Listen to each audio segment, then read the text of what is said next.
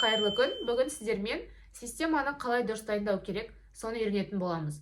Жалпы система дайындаған кезде көбісінде ауа кетіп қалып жатады, сондықтан ауалық эмболия дамиды деп айтамыз. Осы салдарды болдырмас үшін біз міндетті түрде барлық техникаларды дұрыс пайдалануымыз керек болады. Енді жалпы қандай көрсеткіштер болу керек система салу үшін? Ең алдымен система бізде жаңағыдай водный балансты қалыпқа келтіру үшін керек. Мысалы, адамда диарея болуы мүмкін. Көп жағдай су жоғалтқан кезде организмнен біз сондай физрасторларды қолданамыз. Және адам көп қан жоғалтқан кезде осындай жағдайларда жалпы қолданамыз. Сонымен қатар әртүрлі дәрілерді мысалы енгізетін болсақ, кальций, хлор дейміз, ыстық уколдар бар. Сондай уколдарды бірге қосып араластырып салу үшін де жалпы осындай физрасторларды қолданамыз. Физрастор қолданамыз, глюкозаны қолданамыз. Мысалы, әртүрлі токсиндік заттардан уланған кездерде қолданамыз физрасторларды. Сонымен қатар дисол, трисол дейтін әртүрлі жалпы осындай сұйықтықтарды біз адам организміне енгізетін боламыз. Оны дайындаған кезде ең алдымен не керек бізге? Бірінші, салатын, укол салатын жалпы енді больницада дайындайсыздар, көп жағдайда үйде дайындаған кезде осындай паластың үстінде емес, кәдімгідей таза жерде отырып уколдарды дайындау керек болады. Бірінші, қолыңызды 7 этап бойынша жақсылап сабын сумен жуып аласыздар, одан кейін антисептикпен өңдейсіздер, және де қолдарыңызға стерильді перчатка киесіздер. Менде стерильный емес, жалпы стерильді перчатка кию керексіздер. Перчатка киіп болғаннан кейін перчатканың да сыртын өңдейтін боласыздар. Енді бізге қажет болады физраствор, бұл бізде 100 мл. Әр затты алған кезде оның атын оқу керексіздер. Мысалы, не жазылып тұр? Натрий хлориді, бұны біз физраствор деп айтамыз. Оның процентін қарайсыздар, 0,9%. Жарамдылық мерзімін қарайсыздар. Осы 3 затты міндетті түрде қарауларыңыз керек. Одан кейін қажет болады, мынау бізде физраствор, мынау бізде оның системасы. Одан кейін спирт қажет болады. Спирт бізде 90%, бұның 70% түрде болады. Мақта шариктері қажет болады, және де жгут, сонымен қатар лейкопластир қажет болады. Егер пациент физраствордың өзіне емес, оған қосып антибиотик алатын болса, онда антибиотик қажет болады, немесе әртүрлі витаминдерді оған қосатын болса, онда сол витаминдер қажет болады.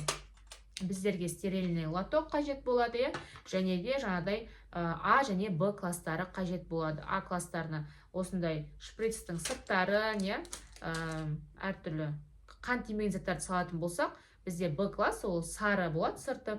Оған біз қан тиген заттар, шприцтің жаңадай шприцімізді, мақта шариктерін, жалпы қан тиген барлық затты біз Б классына жіберетін боламыз. Енді бірінші барлығын дайындап алдық, перчатканы киесіздер. Барлығын түгелдей көрсетейік. Перчатканы киюдің де өзінің әдісі бар.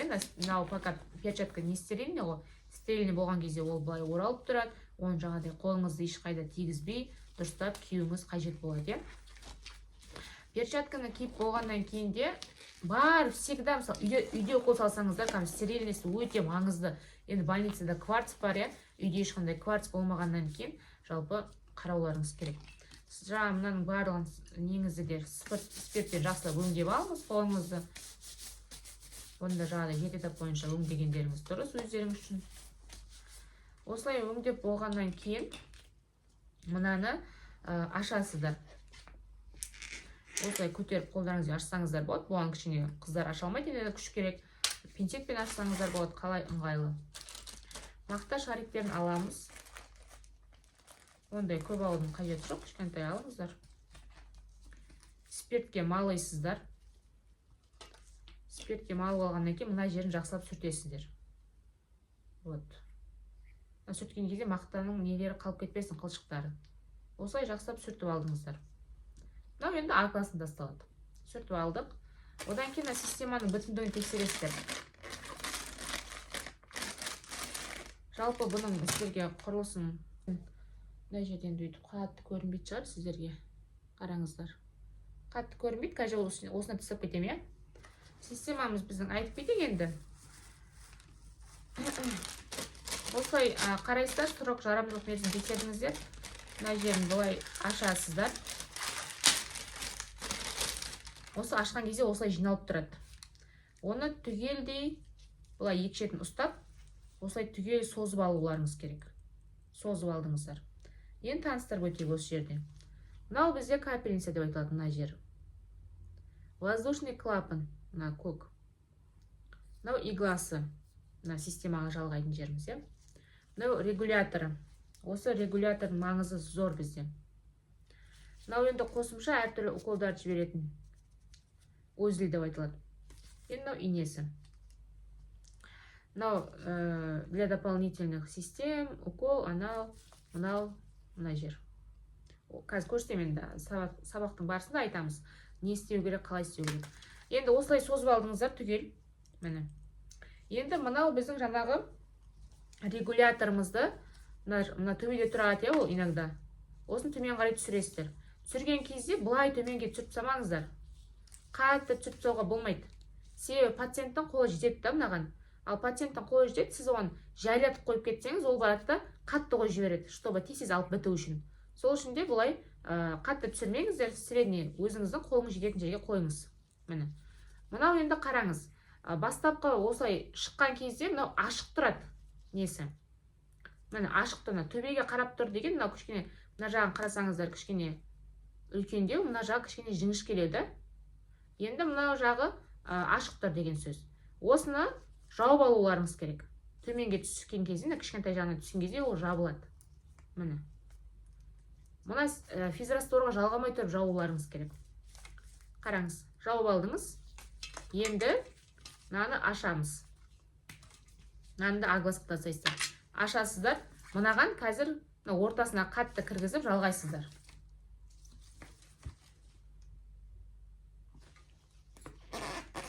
Түгелдей кіргізулеріңіз керек. Түгелдей кіргізіп алдық. Енді мынаны көтересіздер. Көтерген кезде мына біздің ашып қойсаңыздар да болады, ауа кіретін жер жауып қойсаңыздар да. Егер ашқан кезде бұл жерден тамшылап ағып тұратын физрастворларыңыз. Ондай кезде жауып қоясыздар. Негізі бірден ашып тастай берсеңіздер болады, егер ешқандай су ақпайтын болса. Мынаны толтырып аласыздар. Толтырған кезде түгел толтырмайсыздар, қараңыздар. Түгел толтырудың қажеті жоқ. Тек қана жартылай толтырсаңыздар достаточно. Потому что түгел толтыратын болсаңыз, бұл жерде сіз ағып ақпай жатқандығын байқамай қаласыз. Осылай толтырып алдық. Енді мынаны төменірек қойсаңызда, мынау дұрыс жағдай әртүрлі аулар қалып кетуі мүмкін. Сол үшін жоғарырақ тұрған маңызды. Жоғары қоясыз, одан соң қазір көрсетемін. Мен ілдіріп алайын біріншіне жаққа. Штативке ілдіресіздер, үйде болса қандай жоғарырақ ілдіресіздер үй жағдайында. Міне, ілдіріп алдым. Одан кейін мынаны төменге бүйтіп тұрып ұстап, жоғарыда тұру керек кішкене, мынаны төмен қаратып, мынаны бір рет ашасыздар түгелдей, одан мынаны бүйтіп тексересіздер. Ағып жатыр ма, ақпай жатқан жоқ па? Ауа қалып жатыр ма, қалмай жатқан жоқ па? Қазір енді сіздерге кішкене барлығын көрсетіп ыңғайсыз, мен төмен түсіру керекпін, чтобы ол түгел дұрыс ағып кету үшін, а то не то болады. Міне, түгел бір ашып жібердім, қараңыздар. Бір ашып жібердім. Міне, келе жатыр, мына жерден сіздер көрмейді, явно. Көрініп тұрмайды. Нарсы жай ағады да ол. Дұрыс не істемесең. Түгел осылай көтеріп тұрасыздар. Вот, шығып кеткен кезде резко жауып қаласыздар. Шықты ғой жаңа. Мынаның басына шықты ауа. Сол кезде мен алдымда резко жауып тастадым. Мынандай қылады кейбіреулер. Мына жартысына апарып ашады, одан жауылады. Ол дұрыс емес. Мына түгелдей ашу керек. Одан резко жабу керек. Резко жабу керек дейтін сөз бар бұл жерде. Біреулер бар, жартысына әкеліп жауады, жаппай қалады, дұрыс. Сол кезде қайтадан ауа шығып кетеді, жарты жолда ауа қалып кетеді. Соның салдарынан ауалы эмболия дамиды. Енді мен қарап шығамын. Қандай да бір ауа бар ма? Мысалы, мына жерде жайлап құттай ауалар қалып кеткен. Ол ештеңе қылмайды. Ол жүрмейді, потому что қозғалмайды. Қозғалмайтын болса, ол тұра берсін. Бірақ қозғалатын ауа қалып кетсе, ол уже дұрыс емес. Оны шығарып тастау керек деген. Міне, ешқандай ауа қалған жоқ. Ешқандай ауа қалған жоқ. Түгелдей мен дұрыс дайындадым.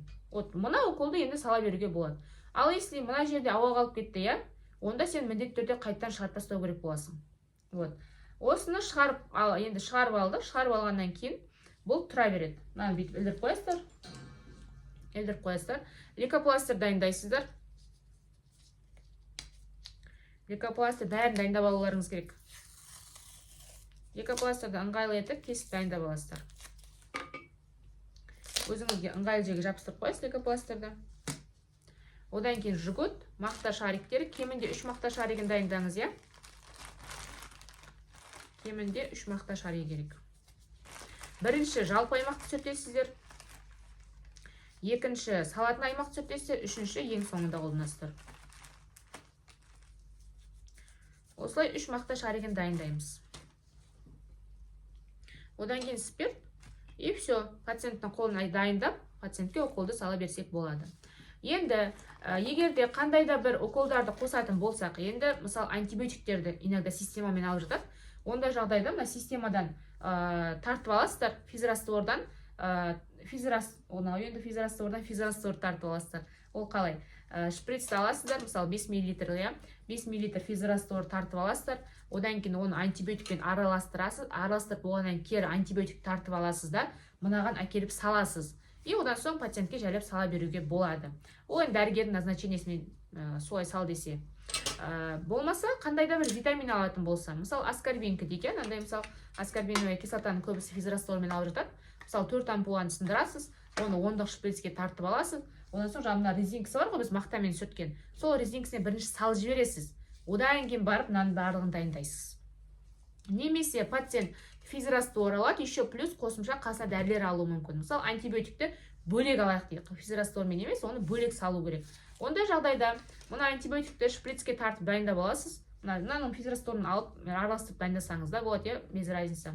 Дайындап алдыңыз, мынау енді дайын тұрған укол бізде. Бұны ең соңында саласыз. Мына пациент уколды түгелдей алып болды. Түгел алып болғаннан кейін мынаны жауып тоқтатасыздар, иә? Ашық тұрады ғой енді, оны жауып тоқтатасыздар. Жауып тоқтатқаннан кейін мына жерін ұстап тұрасыздар. Мына жерін қатты ұстап тұрасыздар. Одан кейін мына инені жайлап мына жерге кіргізесіздер. Кіргізген кезде аржаны тиісіп өтіп кетпеңіздер. Не біледі сен өзің аржаны өтіп жатқаның, өтпей жатқаныңда аржаны өтіп кетпеу керек, главный. Қараңыздар, міне. Осылай кіргізесіздер, онан соң осы жерден уколыңызды саласыздар. Салып боласыздар, и все. Укол инені алып тастаймыз. Енді жалпы пациентке осылай система салған кезде, қазір салып көрсетем, иә, күте тұрыңыздар. Жалпы салдық, мысалы, пациентке уколды. Салып болған кезде ол ақпай қалуы мүмкін. Оның себебі неден? Сіз мына инені дұрыс салмағандықтан болуы мүмкін. Мына басы былай тұрып қалды, көтеріліп, немесе былай тіреліп қалды, иә. Соның салдарынан система жүрмей қалуы мүмкін. Екінші, мына лейкопластыр мысалы жабыстырмаған шығар. Жабыстырсаңыз да қатты жабыстырмадыңыз, дұрыс жабыстырған жоқсыз. Соның салдарынан ақпай қалады. Келесі себеп, иногда кейбіреулер мақта қойған кезде жақсы ағады, иногда мақта қоймаған кезде жақсы ағады. Соған да қарау керек. Одан кейін мынаның системаның төмен тұрса, системаңыз осылай төмен жерде тұрса, ол да ақпай қалады. Сол үшін кішкене жоғарырақ тұру керек. Мына шлянг бүйтіп атпау керек та, былай-былай болып атпау керек. Мына түгелдей былай созылып тұрса, ол жақсы ағады. Одан кейін мына жаңағы біздің ашып кеткеніміз бар ғой, ауа кіретін жер, көгі мына. Соны ашпаған болуыңыз мүмкін. Соны ашып қоюларыңыз керек. Одан кейін мынау бүйтіп бүрсу мүмкін. Бүрсу атқан кезде новый иненің басын аласыз да, мына иненің басын аласыз. Міне. Осыны аппаратта мына жерге кіргізіп қоясыз. Мына жеріне жоғарысына кіргізесіз, одан кейін анау ашылады, одан соң жақсы кете бастайды. Иногда бұларды да істедіңіз, сонда да ақпай жатыр система. Онда мынаны қайттан суырып аласыз, и обратно кіргізесіз. Сол кезде жалпы ағатын болады. Одан пациенттің қолына қарайсыз, может астында бірдеңе қалып кетті ма, пациенттің қолы ыңғайсыз тұр ма деген сияқты, соның барлығын қарайсыз, сол кезде жалпы системаңыз жақсы кете бастайды. Енді пациентке кемінде 2 система салатын болсақ, оны қалай саласыздар? Мына бірінші системаны түгел салып бітесіздер. Салып біткен кезде мына жерге келіп бітеді ғой. Бірақ мынада бітпеу керек. Егер осы жерінде бітіп қалатын болса, біздің капельницамызда бітіп қалатын болса, ол мына жаққа кетіп қалады, иә? Сол кезде сізде уже екеуінің екіншісіне жалғаған кезде уже ауа кетіп қалады арасында. Ол дұрыс емес. Енді дұрысында қалай істеу керек? Міне, системаңыз мынаның ішінде бітті, бірақ мына жерде бар. Все, мынаны жайлап тоқтатасыздар. Ашық тұр еді жаңа бізде, жайлап басып тоқтатасыздар. Мынаны суырып аласыздар, екіншісіне апарып жалғайсыздар. И оны мынаны жайлап құттай қысып жібересіздер, и жайлап мынау кете береді. Бұл нормальный, қалыпты жағдайда. Ал жаңағыдай сіз ұмытып кетіп, барлығы бітіп кетті, мына жерге дейін келіп қалды, иә? Ондай жағдайда бәрібір мынаны тоқтатасыздар, екіншісіне апарып жалғайсыздар, мынаны қысып жібересіздер, и мына жерде мынау келе береді. Келіп отқан кезде ортасында мына осындай ауа қалып кетеді. Екі қарыс, бір қарыстай ауа қалып кетсе, оны қалай істейсіздер? Мынау тамырда тұр сізде. Мына жақта сізде ауа қалып кетті. Енді қалай істеу керек оны? Бірінші жағдай, тамырдан суырып алып тастайсыздар, пациенттің қолын шынтағын бүгесіздер, мынаны апарып лотокқа ауасын шығарып жібересіздер, иненің басын ауыстырып қайтадан пациентке саламыз. Ол бірінші вариант. Екінші вариант бар. Жаңағы біз айттық қой, мына резинкасынан қосымша уколдар саламыз дедік. Бұл жерден ауаны шығарып тастасаңыз да болады. Мына жерге келіп атады. Келеді. Мына жерге ауа кірген кезде мынаны жауып тастайсыздар. Мына жерге шприцті кіргізіп күтіп тұрасыздар да, жаңағы ауаны осылай суырып тартып аласыздар. Одан кейін жайлап пациентке жібере берсеңіздер болады. Бірақ бұл жағдайда пациенттер қорққанша ауа кетіп қалды деп паника ұстауы мүмкін, и сол паниканың салдарынан да ауалық эмболия дамып кетуі мүмкін. Егер ондай паниканың болғанын қаламасаңыз, бірінші пациентті тыныштандырыңыз, пациентке түсіндіріңіз қауіпсіз екендігін, және сіз ауаны шығарып жатқаныңызды, ауаны шығарып алып жатсыз, шприціңізбен суырып алып жатсыз. Соны да жақсылап түсіндіріңіз. Так, осылай шығарып аласыздар. Одан кейін андай вариант та бар. Енді пациенттер мынау ине тұрады, мына жерден бүйтіп суырып алып, мынаны бүйтіп істеп қайту. Бірақ ол кезде инен қозғалып кетеді. Ол вообще не вариант. Оны профессионалдар істей қоймаса, ол вообще керек емес. Просто енді жалпы айтып жатқан осындай варианттары да бар деп. Так, осылай істейсіздер. Одан кейін пациенттің тамыры жіңішке болса, онда мына шприцтің басын екілікке немесе бабочкаға ауыстырсаңыздар болады. Бірақ менің кеңесім, олай істемегендеріңіз дұрыс. Себебі, если пациент 100 мл алатын болса, хорошо, да, ол 1 сағат жатады, кемінде 45 минут 1 сағат жатады. Оған пациент ешқандай дәретке де шыққысы келмейді, спокойно жата береді. Бірақ пациент кемінде 500 мл, 800, 1000 мл физраствор алатын болса, и сен оған екілікті апарып жалғап қойдың, немесе бабочканы апарып жалғап қойдың, я, сен онда ол пациенттің примерно 3 сағаттай жатады. Потому что мынаны қанша көбейтсең де, екіліктен и бабочкадан ол система ағып болмайды. Оның скорості өте төмен болады да. Сол үшін де мына барынша қандай жіңішке тамыр болса да, осы ондықпен табуға тырыс. Егер таба алмай жатсаң, бестікке ауыстыр, бестіктен де болмай жатса, екілікке ауыстыр. Потому что пациент олай ұзақ жата алмайды системада, я. Ең алдымен тамырды, жаңағыдай жіңішке тамыр деген кезде бірінші қарайсың. Жүгітті жақсылап байлау керексің. Жүгітті қаттырақ байлағандарың тиімді. Жүгітті қатты байлайсыңдар, одан кейін пациенттің қолын жақсылап жұмыс жасатуын сұрайсың. Одан соң екі шынтақтың венасын қарайсың. Егер ол жерде жоқ болса, онда қол басына саласың, я. Қол басыныкін жақсылап қарайсың. Сол жерде болмаса, онда тіпті қолында веналары болмаса, онда аяққа саласың. Бұл ең последний вариант, аяқ дейтін. Бірақ негізі қолынан венасын табуға тырысу керексің. Барынша өте мұқият болу керексің. Венаны сезіп үйрену керексің. Сен ол көрініп тұрған венаға түсетін оңай, саласың көрініп тұрған венаға. Ал көрінбей тұрған венаға кішкене қиындау. Сол үшін сезу дейтін бұлай, өздеріңіздің қолдарыңызға жүгітті салыңыздар. Жүгітті салып, көрініп тұрған венаңды басып қара. Басып қара, сен сол кезде басқа затты сезесің. Ол кішкене бостау болады, я? Қанның қалай жүріп жатқан сезесің. Ал одан соң басқана бұлшықетің бар ғой, который вена жоқ жерің. Сол жерді басып қара. Сол кезде екеуінің айырмашылығын сезесің. Одан кейін кейбіреулердікі терең орналасады, я, веналары. Терең орналасқан кезде қолың тереңірек басасың. Одан кейін сен соны сезу арқылы ғана ол адамның венасын таба алатын боласың. Вот менен сондай кішкене лайфхактар, саған кеңестер деп айтсам болады. Ендеше жалпы укол салуымызды бастайық. Қараңыздар, мына пациентке жүгітті қатты байладық, себебі бұл пациенттің тамыры өте жіңішке. Мен жақсылап мысалы қолын кішкене ұрдым, бірақ соның өзінде де мына тамыр бар міне, бірақ бұған өте жіңішке. Рисковать етіп қажет жоқ. Қанша екілік шприцпен салсаңыз да, оған түсу вероятность өте аз. Мен мына жерден мүлдем почти байқап тұрған жоқпын. Мына жерде бар міне, бірақ жіңішке. Жақсы салып қарайық. Бірінші жалпы аймақты сүртіп аласыздар. Мына перчаткамен иногда нені табу қиын. Сол үшін перчатканы шешіп іздедім мен. Жоғарыдан төмен қарай жалпы аймақты сүрттік, одан соң салатын жерді сүртесіздер.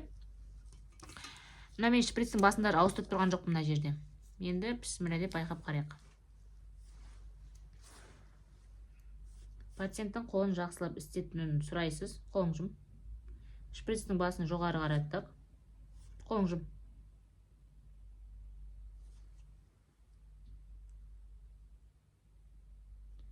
Инен ұшын кішкене көтеріп, жайлап, кіргізіп, төмен түсіреміз. Одан жайлап кіргізесіздер. Мына жерде бізде қан көрінді. Мына көрініп тұр ма? Мына жүгітті жайлап босатасыздар. Жүгітті жайлап босатқаннан кейін инен ұстап тұрасыздар осылай. Ұстап тұрасыздар. Инан системаның несін тексересіздер. Ағып ақпай жатқан.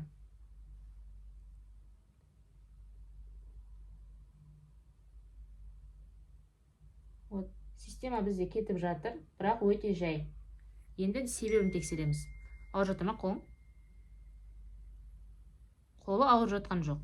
Енді бұның не себеп? Мына қолы дұрыс тұрмағандықтан болуы мүмкін. Мына инені қозға жібермей, пациенттің қолынан астына валикті алып тастайсыздар. Қолын жайлап қоя бер. Міне, валиктің себебінен жаңа кетпей тұр екен. Бізде қазір укол кетіп жатыр. Мына жерде сізге көрінбейді шығар. Міне. Мына жерді көтерсем, сіздерге көрсететін болсам, көрінбей қалады. Потому что айттым ғой, төмен тұрса да кетпей қалады деп. Сол үшін кішкене жоғары тұру керек. Мына жоғары көтерсем, уже ағып жатыр. Сіздерге камерамен көрсетейін. Мына қараңыздар. Мына жоғары тұр ғой міне. Уже жоғары тұрған кезде ағып жатыр мынау. Көрдіңіздер ма? Міне ағып жатыр. Получается, сіздер жоғарырақ қоюларыңыз керек. Енді осылай қойып алдық қой. Қойып алғаннан кейін мына пациенттің қолына тамырына түскеніңіз тексердіңіз, е? Енді мына жерге лейкопластырь жабыстыруларыңыз керек. Лейкопластырь жабыстырып тастайсыздар ыңғайлы етіп. И пациенттің жайлап мына несін істейсіздер. Астына мақта қойсаңыздар болады, қоймасаңыздар да болады. Если қою керек болса, қойыңыздар. Одан кейін тексересіздер, пациенттің жағдайын сұрайсыздар. Қолыңыз ауырып жатқан жоқ па? Қолының ауырып-ауырмағандығын тексересіздер. Көгеріп жатыр ма, көгермей жатыр ма, оның барлығын қарау керек. Міне, если ана жерде көгеру ешқандай процесс байқалмаса, онда қолын бүйтіп басқан кезде, андай салқындық сезсеңіздер, скорее всего сіз подкож кетіп жатқан болуыңыз мүмкін. Соны тексерулеріңіз керек. Мысалы, мына жерде салқын болса, мына жерде температура басқашалау болады. Түсіндіңіздер ма? Подкож кетпей жатқандан солай тексерсеңіздер болады. Енді мына пациенттің тамыры жіңішке болғанына қарамастан, жалпы біз үлкен шприцпен түстік. Бірақ бұл не всегда сіздер түсе аласыздар. Түсе алмай қалатын кездеріңіз де болады. Сол үшін де міндетті түрде тамыр жіңішке болса, рисковать етпей, кішкене венасынан жаңа шприцті ауыстырғандарыңыз дұрыс. Енді пациентке укол салып болған кезде бірінші тоқтатасыздар системаңызды. Одан кейін мақтаңызды дайындап, мақтаңызды қатты басасыз. Қатты мақтаны басып тұрып, резко суырып аласыздар. Одан кейін мына жерге пациентке қолын 5 минут бүгін сұрайсыздар. Лейкопластырь жабыстырып бермеңіздер. Лейкопластырь жабыстырып беретін болсаңыздар, пациенттер лейкопластырьдың бар екенін қарайды да, жаңағыдай қолын бүкпеуі мүмкін. Соның салдарынан ертең пациенттің қолы көгеріп қалады. Негізі андай крышкасын жаппайсыздар, бірден жаңағыдай БК-сын тастайсыздар.